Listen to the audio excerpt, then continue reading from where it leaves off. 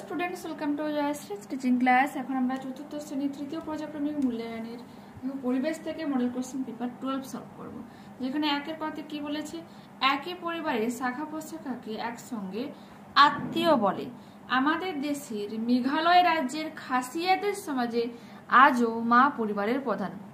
কুকুরকে মানুষ প্রথম পোষ মানিয়েছিল।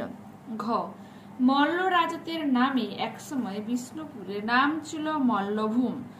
গান্ধীজির পুরো নাম হলো মোহনদাস করমচাঁদ গান্ধী। দুধ অত্যন্ত পুষ্টিকর পানীয়। ভুটানি রাজার সঙ্গে কোচবিহারি রাজার যুদ্ধ হয়েছিল। খাসিয়া জয়ন্তিয়ারা আগলে রেখেছেন মফলং পবিত্র বনভূমিকে। চা পান করা আমরা চীন দেশ থেকে শিখেছি। জাদুঘরকে ইংরেজিতে বলে মিউজিয়াম।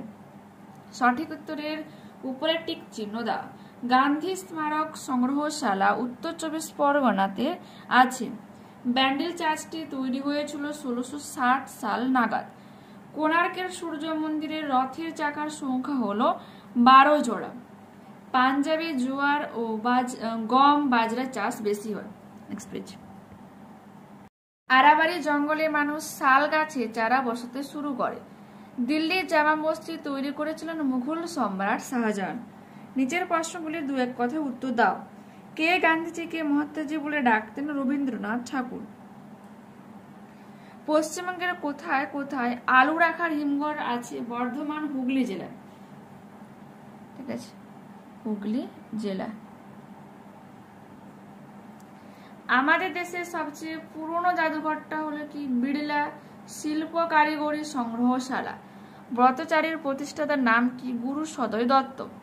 রোমানরা শুকনো করা কোন খাবার ভালোবাসতেন? শুকনো করা ফল। গান্ধীজির কবে জন্ম হয়? 1869 সালের 2রা অক্টোবর। আরাবাড়ি জঙ্গল সংরক্ষণ কে করেছিলেন? অজিত কুমার ব্যানার্জি। পশ্চিমবঙ্গের সবচেয়ে পুরনো চার্চের নাম ব্যান্ডেল চার্চ। জামভাজি কোথাকার লোক ছিলেন? রাজস্থানের। আমাদের দেশের ছোট গুল্ম মিশে কি তৈরি হয়েছিল? জারক রস। এরপর টিকা লেখো বলেছে কি? সৌধ। প্রথমে রয়েছে সৌধ। আচ্ছা, সৌধ একটা কি স্থাপত্য, তার সঙ্গে কারো না কারো স্মৃতি জড়িয়ে থাকে। যেমন কি মমতাজের স্মৃতিতে বানানো হয়েছিল তাজমহল সৌধ। এরপর হচ্ছে ভাস্কর্য। পাথর বা অন্য কিছুর গায়ে খোদাই করে নকশা মূর্তি ফুটিয়ে তোলা হয়, এটাই কি হয়ে যাবে? ভাস্কর্য। ঠিক আছে,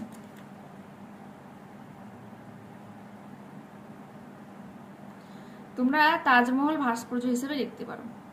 সৌধ যেমন হবে, ভাস্কর্য তেমন হবে। এরপর কি বলেছে? স্থাপত্য। পুরোনো দিনের বাড়ি, মন্দির, মসজিদ, গির্জা যা দেখি সেটাই স্থাপত্য। যেমন কোণার্কের মন্দির, বিষ্ণুপুরের রাসমঞ্চ, এগুলো। কস্তম্ভ খস্তম্ভ মেলাও।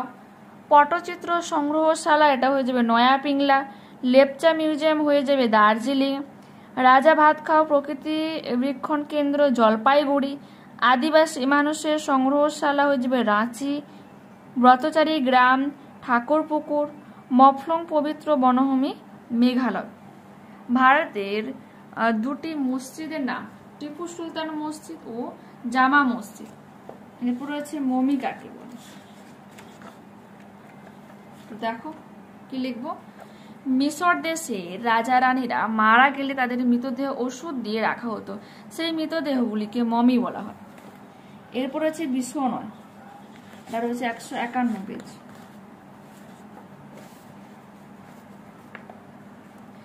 প্রায় 550 বছর আগে জামভাজি নামে একজন খুব জ্ঞানী ব্যক্তি ছিলেন।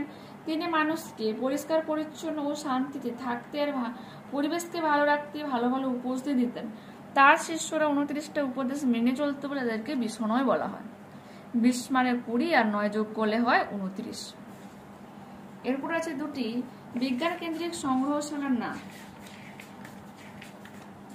তোমরা কি লিখবো?